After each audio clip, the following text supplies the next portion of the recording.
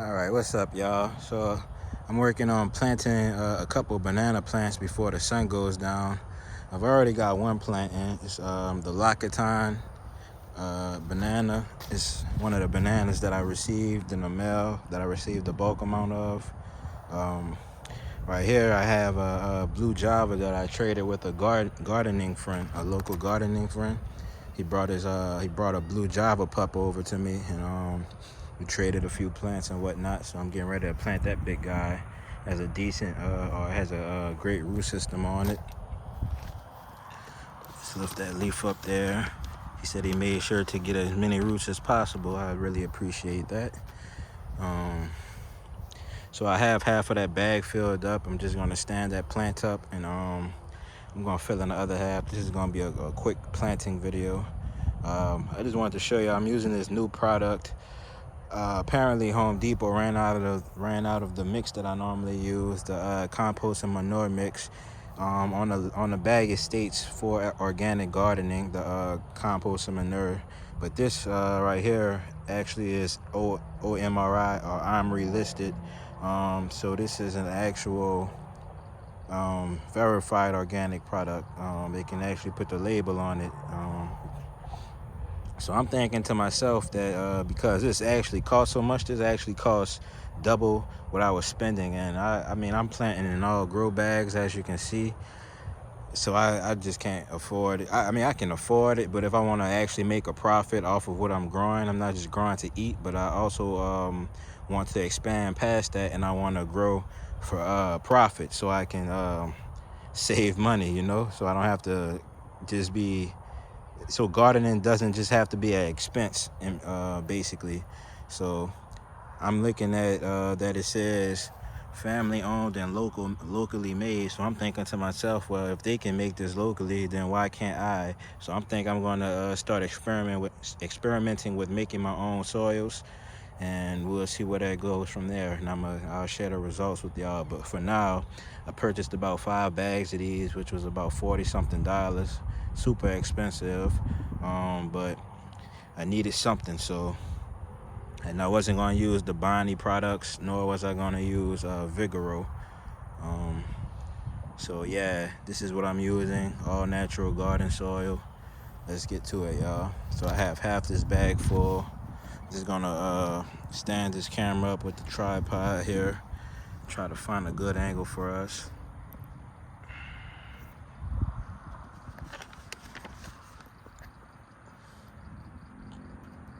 I think that's decent enough, so we'll be working down here. I'm gonna watch out to not step on any frogs or toads, because I definitely saw a few of them at my feet.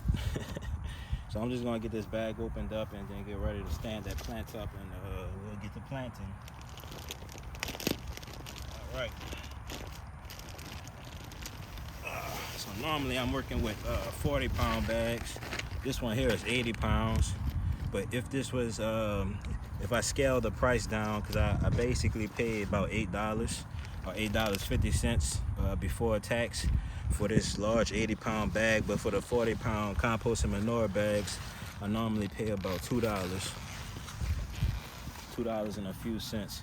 So it definitely is double the price that I'm paying right now. But sometimes you gotta do what you gotta do. Maybe I should have cut this yellow and leaf off, but I think I can tear it here. There we go. Now to get that little guy out the way, and then we're gonna tear this one also.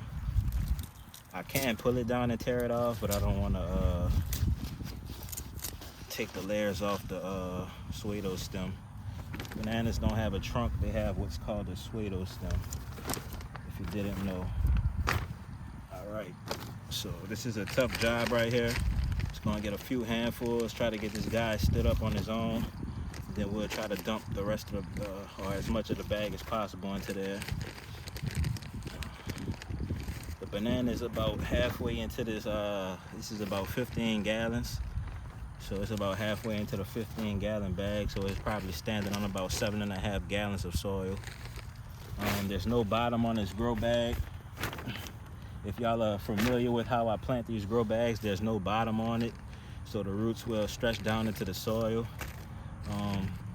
It'll reach the soil, but it'll still, if I wanted to remove this plant and plant it elsewhere, or the future pups that come from it, it'll still be easy to remove.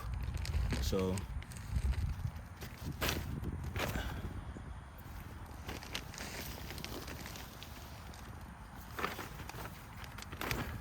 that's what I like about this method. It's just so easy to do everything. If you want to reset your garden, if you want to redesign your garden, let's try to get to these walls of the bag. Standing up, there we go. Get those out the way.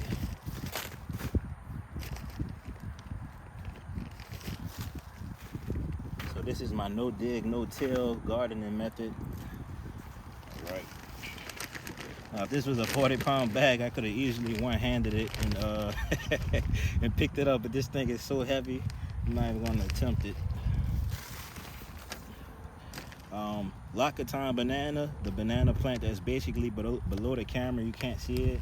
That banana is said to grow up to 9 feet to 14 feet. I believe it's probably only gonna reach 9 feet. Blue Java is said to reach 14 plus feet. So, and it's said to have blue bananas.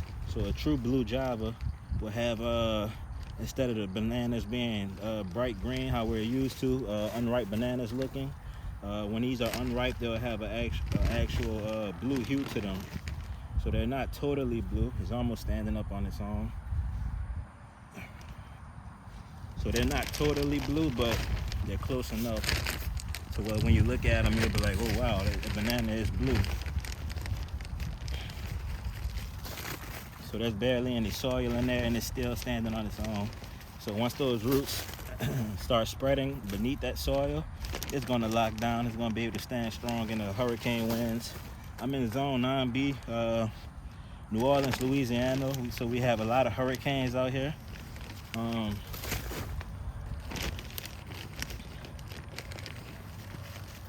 We have a lot of hurricanes out here. If you heard about that recent movie that was released called Katrina Babies, that's actually my friend that produced and directed, Edward Buckles. So that's a fun fact. All right, so let's try to pick this bag up now.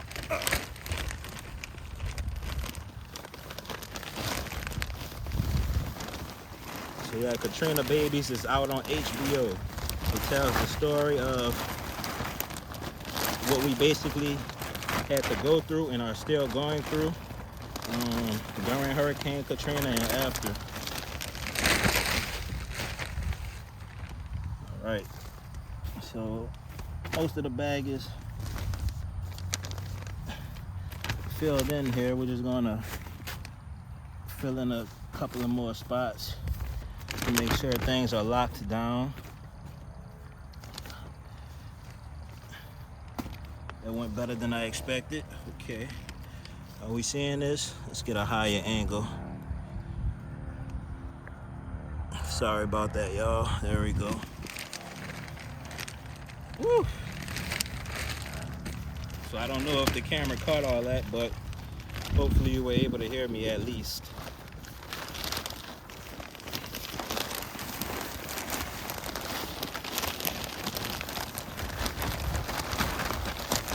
All right.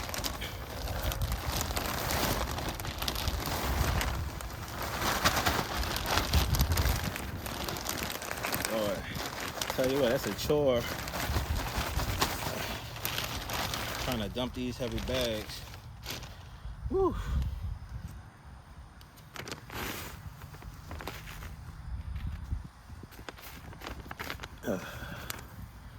So how's y'all gardening season going? What are you planting? I believe tomorrow I'll do a video on how I fully plant these bags. So I'll probably show how I cut the grow bags that I'm using. These specific grow bags, I'll show how I cut them with the scissors. These come as full grow bags or complete grow bags. They're actually 30-gallon bags, and I cut them down to 15 gallons. I make 2 bags out of one. I'm gonna get one more bag and top this off. But I think I could do that tomorrow, because I probably don't need to do it, honestly. I'm gonna just pat that soil down. So I think I'm gonna just pat this down real good, because it's standing strong. I just need those roots to root, basically. So I need them to get rooted, to get grounded. Just gonna pat down that soft compost. I tell you what, it definitely doesn't have a scent to it. It's composted really well.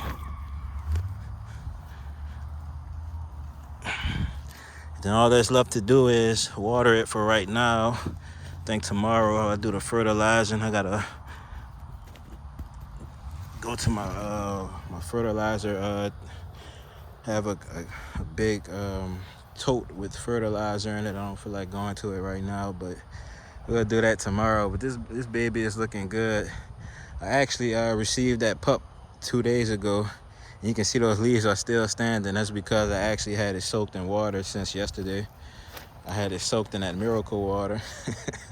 I'm calling it miracle water, the green water. To mulch it, I think we'll take some of these I put these dead weeds in here to soak.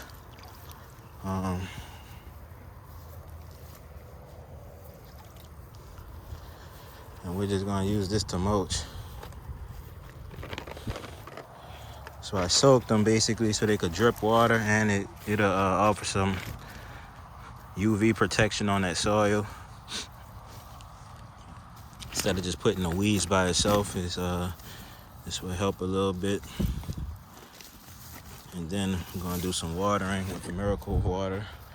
Tell you what, that stuff gets stink. It gets stink about a day. Not that right there. That doesn't have a smell. I actually have to find the watering can. So it's not over here. I know that for sure. Okay, I don't know what a watering can is. Things are looking good though, y'all. I'm gonna start working on upgrading all this. My squash plant was in the way. I actually wanted to get all this done right here. I wanted to get it all the way done and get all those weeds out of there. It's easier than it looks. Here's the watering can. Harumadu, I don't know, man. You're not impressing me, Harumadu. You're impressing me with your fruit set, not so much with your fruit taste. So that's dwarf Cavendish. Right here we have blue Java.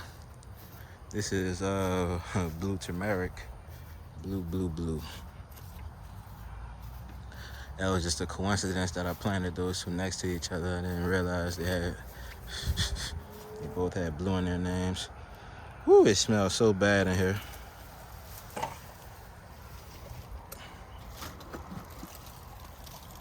See all the mosquito action? That means there's life.